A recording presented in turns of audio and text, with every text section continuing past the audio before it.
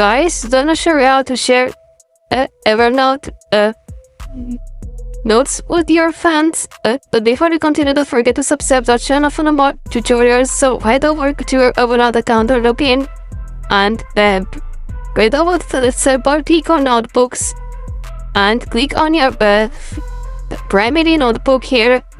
Click on the three dots. We can also click on your first notebook and here to find the three dots you can click on share or this blue button. Click on share to add your email of your friends or your colleagues. And click on send invite.